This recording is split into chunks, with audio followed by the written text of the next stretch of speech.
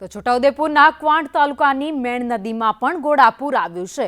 મોટી જડોલી આ સાથે જ નાની જડોલી વચ્ચેથી પસાર થતી નદીમાં પૂર આવ્યું છે। મધ્યપ્રદેશમાં ભારે વરસાદને કારણે મેણ નદીમાં પણ ઘોડાપૂર આવ્યું છે। મેણ નદીમાં નવા નીર આવતા લોકો પણ ત્યાં પહોંચ્યા હતા, નદીના પાણી જોવા માટે પહોંચ્યા હતા। તો બીજી બાજુ આસપાસના વિસ્તારોમાં પણ એલર્ટ આપી દેવામાં આવ્યું છે।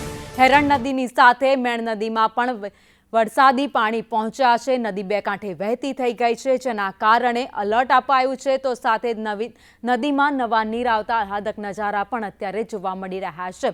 મધ્યપ્રદેશમાં અવિરત વરસાદ વરસી રહ્યો છે, તો ગુજરાતમાં પણ વરસાદી માહોલ આજ સવારથી જ જોવા મળી રહ્યો છે।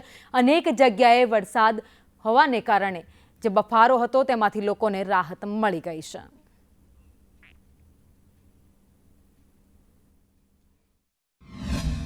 અમારે બહુ સારો છે અને પાણી આવવાથી બહુ સારું છે અને અમારા ખેડૂતો બી સુખી છે।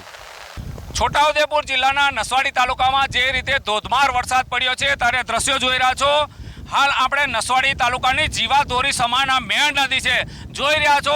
આ મેણ નદીનો પટ છે, જ્યાં ભારે પાણી આવ્યું છે, તમારી નજર પહોંચે ત્યાં સુધી પાણી જ પાણી છે। બીજી બાજુ આ મેણ નદીનો ખાસ કરીને આ જે પુલ છે, આ પુલની આપણે આ જોઈ રહ્યા છો દ્રશ્યો, અને પુલની પેલી તરફ આ જો મેણ નદીનો સૌથી મોટો પટ છે।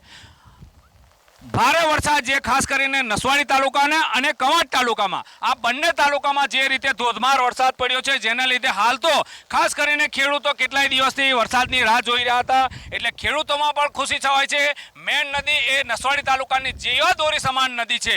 હાલ તો મેણ નદીમાં ભારે પાણી આવતા વિસ્તારમાં ખુશીનો માહોલ સર્જાયો છે। ઇરફાન મહેમાન, સંદેશ ન્યૂઝ, છોટાઉદેપુર।